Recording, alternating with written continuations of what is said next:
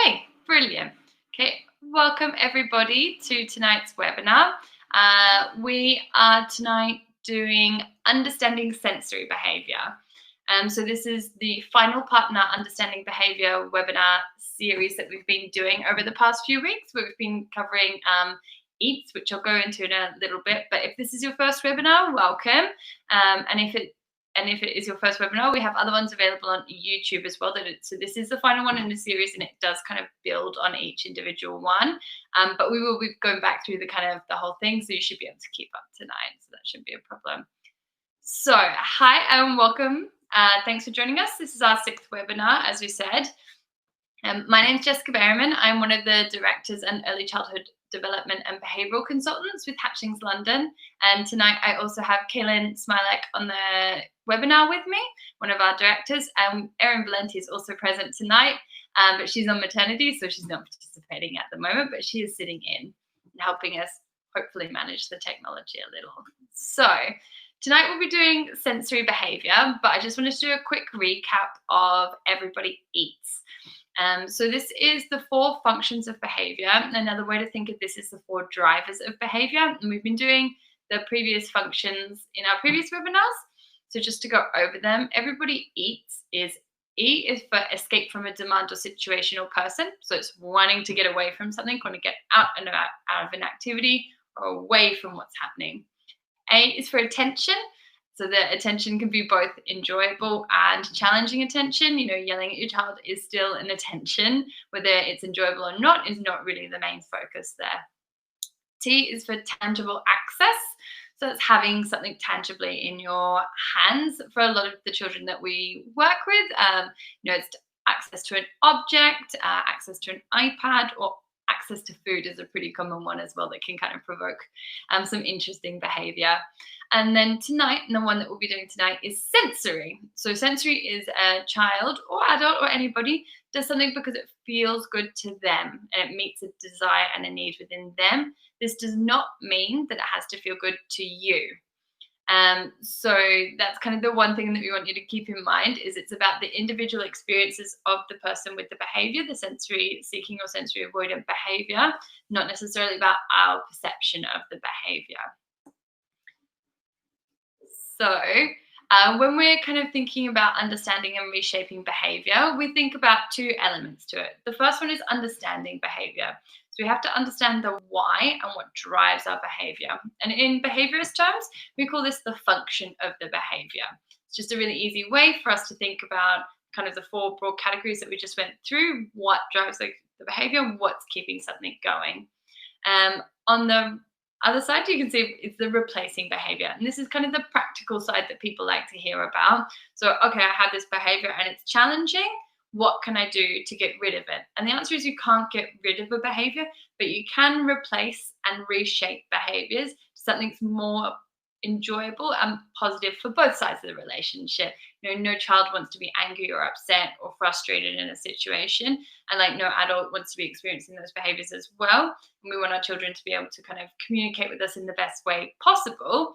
And so we use this concept of replacing and shaping behavior to improve that relationship. And the final kind of little recap from our past few weeks to keep in mind for tonight is the ABC of behavior. So this is about how we kind of sit down and think about and deduce the why. What information do we use to work that out? So what we do is often we have some little data sheets that we write down. They're literally just 3 blocks with the antecedent, the behavior, and the consequence. So the way that works is often you start at the behavior because that's the thing that's big and happening. So it could be the tantrum's always the easiest one for people to kind of get their heads across quickly. So the behavior is the what. So it could be the tantrum, the lying down on the ground, yelling, that sort of thing. Antecedent is what came before the behavior. So this could be I told my child no.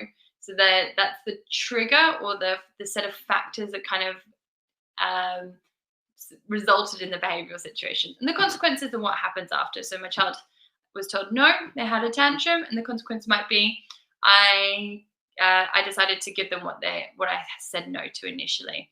Or it could be praise, or it could be I ignored them. There are lots of different consequences. And when we look at that string of A, B, and C, we can really start to deduce what's happening for the child, what they're trying to communicate through their behavior, and what we can do to teach them to communicate more effectively with us. So we wanted to start tonight off in that kind of frame of replacing behavior, is that sensory behavior can be a really sensitive subject, and rightly so. It's an area that has been kind of neglected in a lot of times, and it kind of is a very tricky area, and especially when it comes to things like autism and stuff, listening to autistic voices is really important. And we're all always learning in this scenario. So at Hatchlings London, we never try to eliminate self-stimulatory behaviour or a sensory behaviour. And we'll explain what we mean by the two in a minute. And we're taking a holistic approach to supporting children. And we really encourage other parents and professionals to really take a holistic approach as well, and try to understand from the child's perspective what's happening, as much as dealing with their own set of frustrations and things. We also strongly encourage, and in the future weeks, we will be having our consultant occupational therapist on. So the OTs can help us meet the needs of the child better, and help them kind of regulate. And there are lots of beautiful and wonderful things that OTs bring to the situation.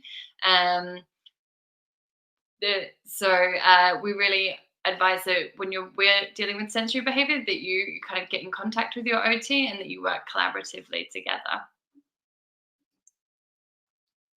So sensory specifics. In behaviourist terms, and we know this is really frustrating, and one of the reasons why behaviourists are kind of, a little bit can be irritating, we understand as a profession, is that we see that there's no such thing as sensory behaviour. We call it self-stimulatory behaviour. And so I think a lot of people who may be on tonight might be aware of the kind of framework of the term self-stimulatory or stimming, especially from an autistic perspective. So in behaviourist terms, we don't see a behaviour as sensory, but we see it as either sensory seeking, so looking to put something extra into the system, or sensory avoidance, so trying to get away or reduce the sensory input into a system.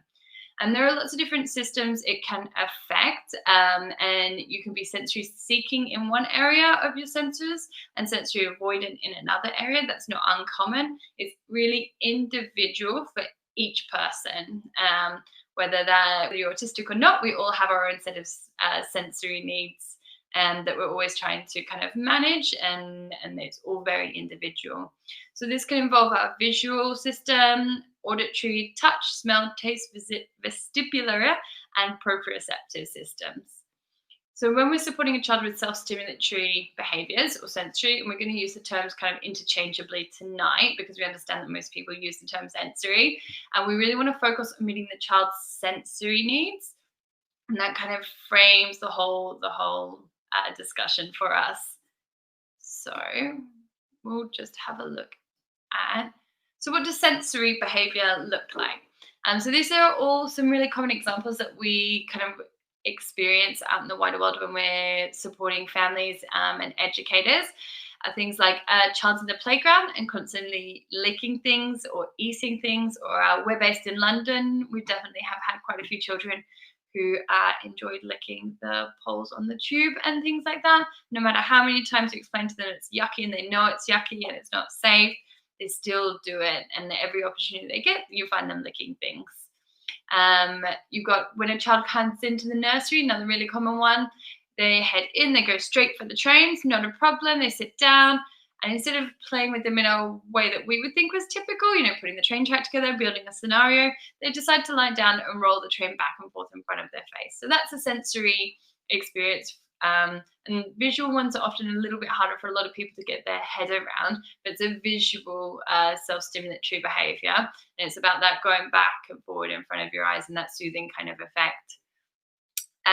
Another common one, wherever we're eating dinner at the table together, my child tries to cover their ears with their hands, or we definitely know a few kids who do this, who wear ear defenders or headphones at the table. And this is about the auditory input, so that's the auditory sensitivity in that system, and really wanting to reduce that kind of input from listening to people eat. And another one is your child or student does not like messy play. he or she screams when they get wet or touched with a new texture. Really common one, children who get a little bit of water on their t-shirt and want to go and change the whole outfit. So that's a really common thing. And again, that one's about touch. So it's the way it feels against their skin, and then it's wanting to get away from that texture. So there are kind of two ways to think about that: sensory seeking or sensory avoidant. So we have hypersensitive, so they tend to avoid particular sensations. This is the hypersensitive, it feels very intense to them. So common struggles that we see with hypersensitivity is a dislike of light touch. So they don't like being touched, they like their space, not into the hugs, they're not into, just being gently brushed or anything like that. Dislike of the bright light. So again, this is about the visual system. Kind of gets overwhelmed and they need to, maybe wear sunglasses, maybe wear a hat, turn the lights down and just make things a little bit more neutral. Hands over the ears, that's the auditory system. So just trying to really lessen the amount of sound and information being processed through that. And then you've also got fear of big movements, especially when their feet are off the ground. So it's that they don't like the extra sensation that gets put into the body that when you're moving and jumping. And so that's a kind of hypersensitive profile. The other kind of end of the spectrum is the hyposensitive. So this is the undersensitive. So they tend to seek out particular sensations and try to put more sensory input into those systems.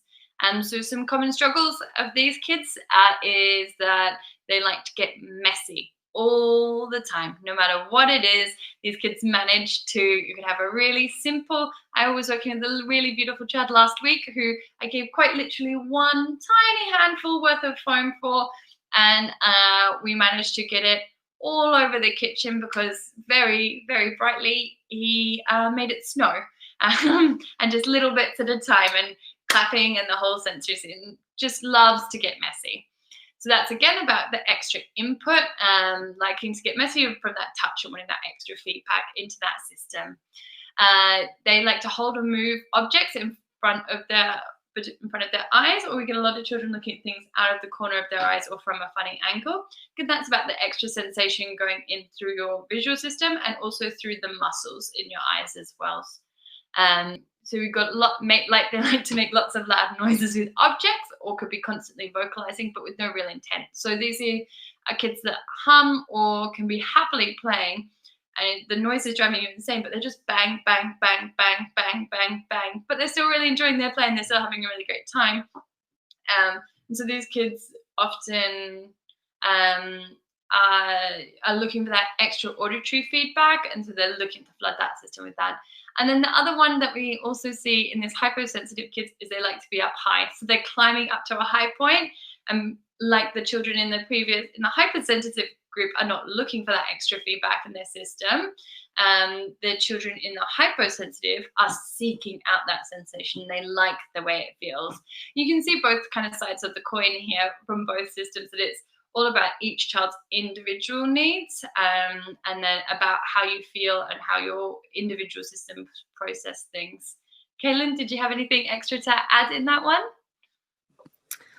No, I think you have exactly the right idea, and I think it is just thinking about in different settings, we see it really differently. So as coming from the teaching background, and I know in our previous webinars, we've had quite a lot of teachers on with some fantastic questions. It's just really how we apply it and look at these different hyposensitive and hypersensitive within the classroom, and how we find the replacement behaviors and work on nurturing those as well. Brilliant. Thanks, Kaylin. So that's exactly what we're going on to now, is what can we do to help nurture these replacement behaviors. So one of the things we really encourage is you to sit down and list out those those systems that we talked about: the auditory input, the visual input, the touch, the taste, and sit down and think about the behaviors and see if you can tie them to a particular system, and think about, are they hypersensitive, as in they're looking for less input because if everything feels intense, or they're hyposensitive, they're looking to add more into that system. And once you start to think about it, the sensory behavior seems less random, because it's not random at all. It's about the child's own internal needs. And so once you start to map that out and start to get a better idea about which system is working for your child and whether they're looking for extra input or reduced input, then you can really start to think about those needs and how we can give breaks maybe for the hypersensitive kids, how we can kind of, minimize those kinds of inputs for them throughout the day. And for the hypersensitive kids, we can start to give more input for them and really like feed those systems.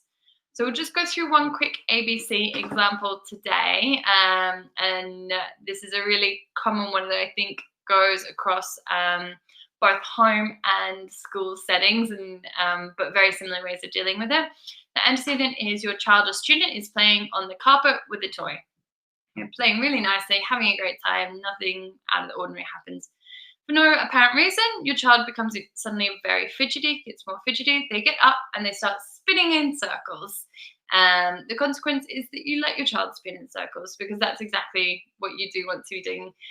So when we stop and have a think about it and look at this ABC, what we can see is that there doesn't seem to be anything extra feeding the system. So it's all internally driven by the child. They're not looking for our attention. They're not looking to get out of playing because there's going to be no demands placed. They have access to everything they want. And so that leads us to kind of look at the sensory needs.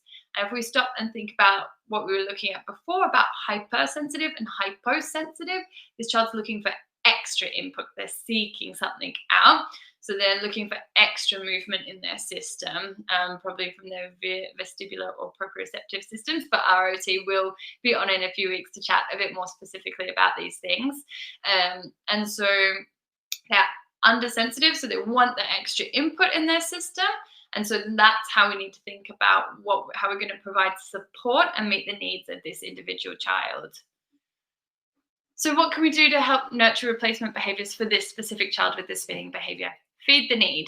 So this child is sensory seeking, so they're looking for extra input. So we think about other activities or breaks that we can provide that really provide that extra input for them. If they were a sensory avoidant child, we would change it up. So we would try and find them more suitable. If maybe it was the carpet and they kept getting up and moving themselves and trying to put piece of plastic or move to the chair where it's a bit smoother, then they might be sensory avoidant and looking to get away from the sensation of what they were sitting on from the carpet. But so we would look to find a more comfortable situation that didn't have the same texture that could provide them with a more stable environment.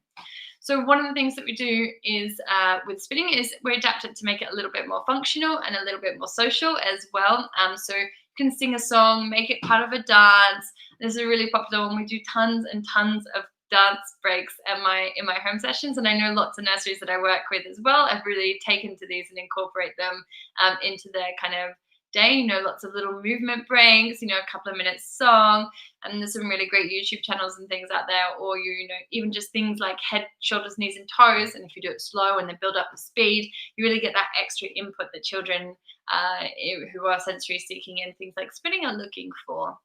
Another one is planned time exposure. So setting a time limit. We do definitely work with children who the sensory needs overtake that kind of and become an interruption to learning and can become really quite focused on them. And so part of that is also helping the child self-regulate that, there's definitely time to get those needs met.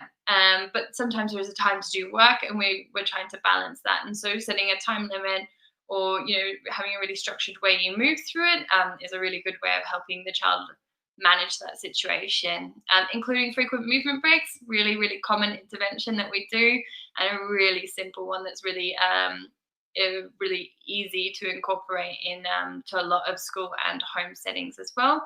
And seeking OT support. And we cannot reiterate this enough. If you're kind of a little bit lost with sensory support and sensory needs, OTs are absolutely the best people to go to for this sorts of behavior. We're really good at helping children use their replacement behaviors, but OTs are 100% the people who help us conceptualize things a little bit more clearly and help us really think about exactly how to meet the child's needs. And they've just got tons and tons and tons of resources and ideas about how to best support children, and very specifically to that setting as well. Sometimes it's not appropriate to get up and have a spin at school, and maybe they need a wobble cushion, or there are lots and lots of different iterations on this. And so that's kind of one of the things that an occupational therapist, which is what we call an OT, someone's just asked, can help provide with, is these ideas. Kaylin, from a teacher's perspective, what do you think? I think two things I would just add, just to reiterate, kind of the self-regulation piece is super key. I think there's a lot that we can use when we're thinking about time exposure, when we're thinking about how to make it functional. We can really try to make self-regulation a big piece of the child is learning, even through using visuals, when they're aware that, when the break will be and what are the different activities that you can do during a break. Those are kind of, OTs can really suggest a lot in the sensory diet support for that as well. And then the second thing was just keeping in mind kind of the child's attention span. I think we deal with this a lot in nurseries and, even in home sessions is, what is the attention span for a typical 3-year-old, for a 4-year-old, for a 5-year-old, and how does that look? And then when can we implement the breaks in so that we're just kind of really making sure everyone in the classroom is regulated, not just singling out kind of one child, because it can be an overall classroom implementation that everyone uses. Brilliant. Thanks, Kaylin. So just to remember, and I think this is again a component that we keep coming back to, is rehearse the outcome you want.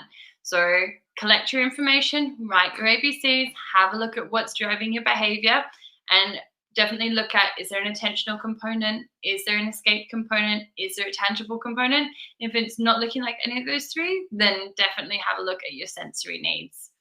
Remember to practice your low replacement behavior in low stress times. So for a lot of children, especially when you're working on sensory replacement behaviors, this starts in therapy and it starts at home as well. So using the calmer, more controlled environments where you've got that one-to-one support to practice the new behaviors that you're establishing, to help support your needs.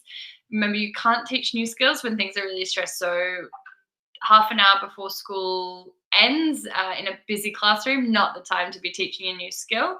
And that's always the thing to really keep in mind.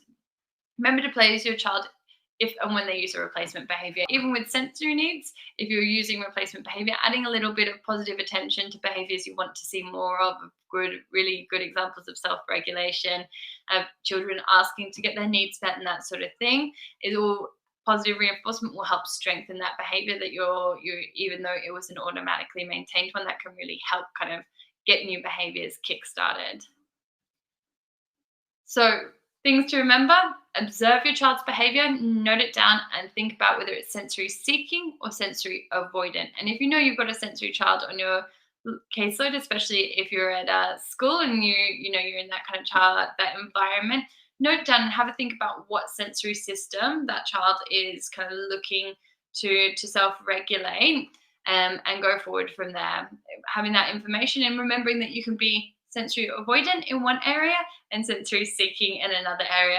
Children are just like adults, they're complex beings, and there's no child is entirely sensory avoidant or entirely sensory seeking. It's a really complex and really personal dynamic for each individual. Remember that sensory behavior is driven by an internal need. You have to always, always, always keep this in mind. We see a really common one, about getting rid of sensory behaviors and self-stimulatory behaviors. And good to remember that the child is a person just like you and I, and they're looking to self-regulate their way through the situation just like you or I, and that we need to meet these needs and help them to regulate themselves and get their own personal needs met first. And once children are in this kind of framework, then they're often in a better position to learn as well. And consult an occupational therapist when needed. The occupational therapists, I think, are often a really underutilized resource, and they've got an absolutely amazing skill set, especially when it comes to sensory behaviors. And just remember, support is always available. You can talk to your child's teacher. A lot of schools have SENCOs and speech therapists and occupational therapists on, and their caseload that they have established relationships with. And so starting this discussion with your teacher can be really, really constructive, and any other support professionals that your child's involved with. And the Hatchlings team are obviously always available for consults as well. If you need more in-depth or specific support, or you've got a short question for us, you can always contact us through our website or drop us an email at contact@hatchlingslondon.co.uk. So now is the section of the evening. We've got about 10 minutes, because I talk too much, for questions. So let's have a quick look and see what we can do.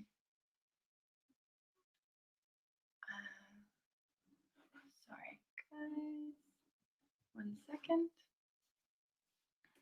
Just reading through. Okay. So the question is, can self-stimulation be linked to food? A child seeks out sweet food all the time. He takes everything from the cupboard, and when it's gone, he'll take jars of sweet food, throat sweets, the sugar bowl, anything it sounds like it's got sugar in. How can I make a replacement behavior?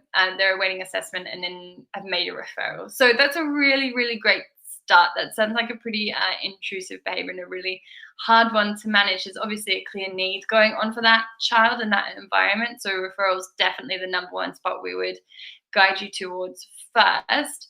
Self-stimulation can definitely be linked to food because it's about taste. So some people are real sweet tooths, and it sounds like your child definitely has that sweet tooth impulse in them, just in a much bigger kind of way. How you would replace that, I would be talking to a dietitian personally. There may be sweeter foods that have lower calories and help get that needs met. We would probably be encouraging you, and I guess you've already made the referral, so that's great. We'd encourage you to look at a GP as well. Some pica behavior, so things about children constantly putting particular tastes or flavors and sensations into our mouth, can have a biological and medical reason for this. So we would really encourage you to make a medical referral as well, to have blood tests done and get that all checked out as well. But that 100% self-stimulation can be linked to food. But with food, there's always a lot of things we need to rule out first before we look at it as a pure self-stimulation behavior. But great question. It definitely can be. And we often also see it in salty foods as well. I think the most common one that I often see in young children is palm licking, because your palms are salty. So you don't need to go and find out salty food. You can get that salty sensation without having to even go and find a food for it. So yeah, it's definitely can be a self-stimulatory behavior.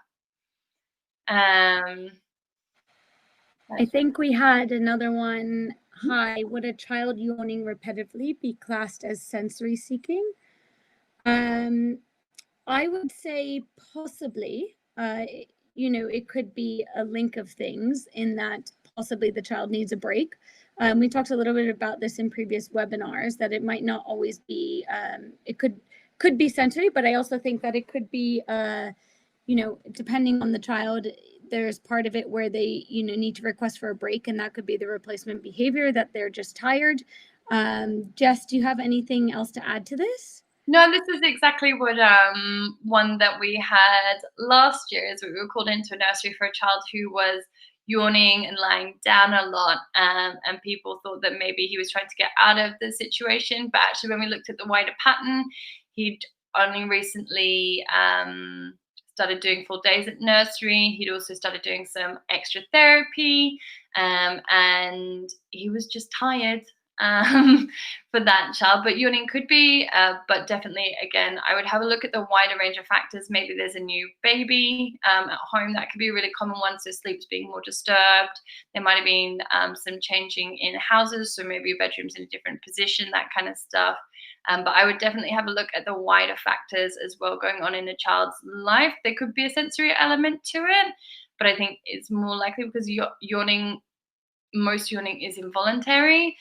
So I would also maybe talk to a general practitioner about getting things like iron levels checked and things. Some children are vegetarian, which is absolutely fine, but you just need to check iron and that kind of stuff. And again, sensory is a really kind of difficult area. It takes a lot of, it can be, really slowing down looking at the medical reasons and making sure that actually we have got this right, that it's a sensory need, not that it's an unmet medical need, or there's some social factor going on, which is really common as well, especially in younger children where they can't tell us everything that's going on, or in nonverbal children who again can't tell us everything that's going on in their lives. So that's definitely something that can be that. Yeah, just having a look for another question, guys. Just bear with us one sec.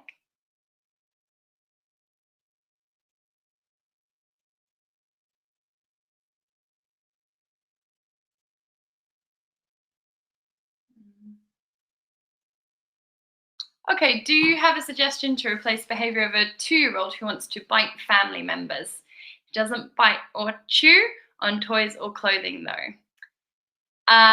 Without knowing too much about the situation, and please feel free to send us a little email to have a chat about this one. This actually sounds like an attention behavior. So what tends to happen after you bite someone is that you get told off. And there are ways definitely to manage this, but it needs to be done really well. It needs a little bit more specific support and guidance, but please feel free to send us an email with a little bit more information, and we can talk you through some more specific kind of stuff.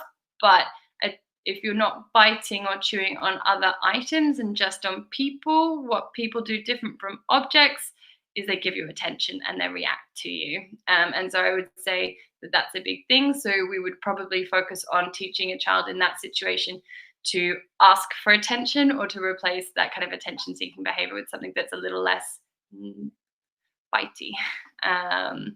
So that would be one. Let me just have a look for some others.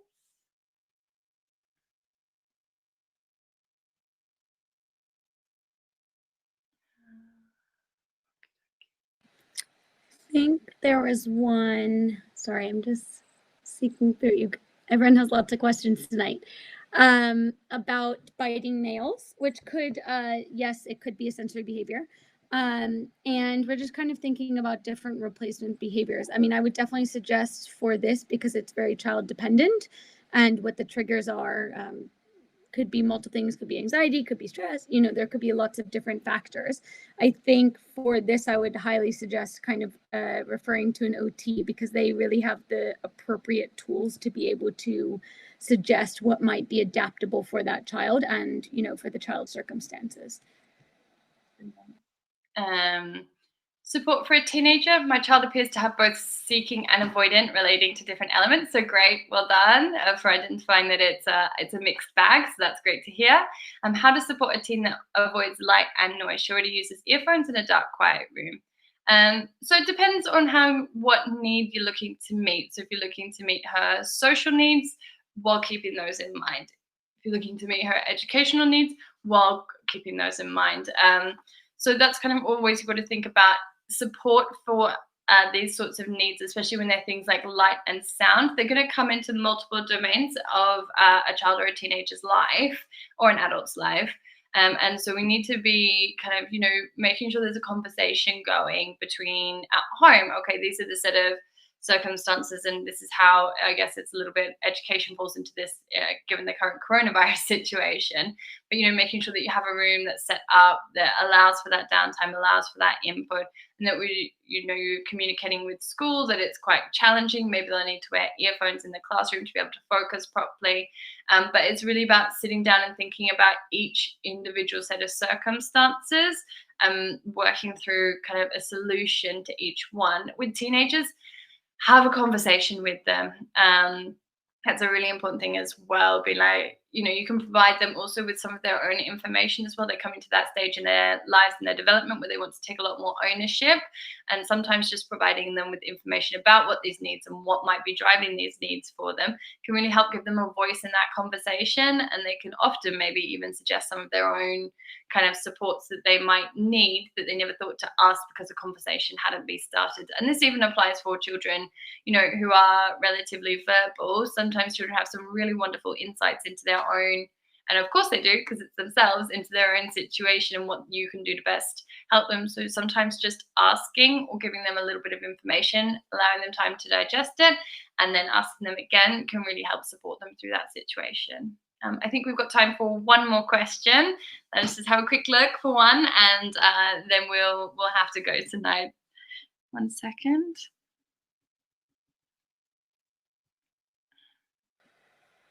We have one about how can you replace behaviors where a child licks things outside? It's not really an issue at home or in nursery, but difficult to manage outside.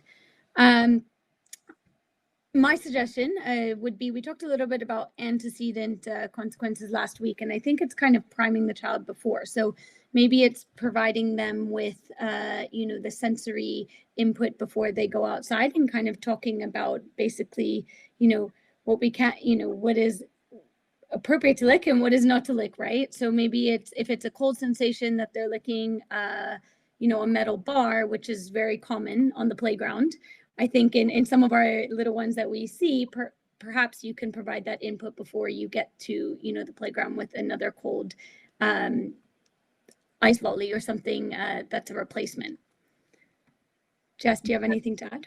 No, that's exactly it, right, Kaylin, is if it only happens outside, write down what particular sensations they're looking and see if there's a common theme behind them. And the metal bar is 100% our most common one. It's cold and it's also a little bit salty, and they're not sensations that they're just sensations that a lot of kids like. And like I said, an ice lolly, or even for older children, the teething rings frozen can provide that same kind of sensation as well. And sometimes if it only happens outside, but with all different sensations, there might be an attention component. So we'd advise you to go back and have a look at our attention webinar, and that might help you as well reframe that, because sometimes it can also be about being told to stop, and less about the sensation of what's actually occurring, and much more about their attentional focus. So I'm constantly being told often I quite like the one-to-one attention. So I think that kind of covers it. Don't have time for any more questions this evening, but it's been really great. Some of the questions have been sending through, so thank you very much, everybody. So a short survey will be sent out this evening. Please complete it if you've got the spare time. We use the data to improve each webinar, and to kind of use it to start to pick some topics for future weeks. We will send out a free resource to everyone who completes the webinar, the survey, sorry, after the webinar. So that would be great. And so next week we'll be doing reinforcement, a practical guide. So lots of people talk about negative reinforcement, positive reinforcement, are you using reinforcement? But we're going to go through it in really practical terms, and just look about what reinforcement is and what makes for good reinforcement, because I think that's ultimately what everybody wants to be able to do, is to reinforce behaviors, and make sure that they're not kind of crossing the line from reinforcement through to bribery. So that's what we're going to focus a lot on next week. If you want to join us, as per usual, you can visit us at www.hatchlingslondon.co.uk. We've got a YouTube channel where we upload all of our webinars to afterwards. And so this will be up shortly as well. And you can find all the previous webinars on there. And you can find us at Facebook as well, where we're always advertising what we're up to at the moment. So whether it's the webinars, we run Lego therapy sessions, we do Lego therapy training, which will be moving online shortly. So we've got all sorts of things going on. So please feel free to check us out. So I think that's us for this evening. So a big thank you to everybody who came along from the whole team. It was lovely having you here this evening. Thank you. And we will see you all next time. Thanks very much.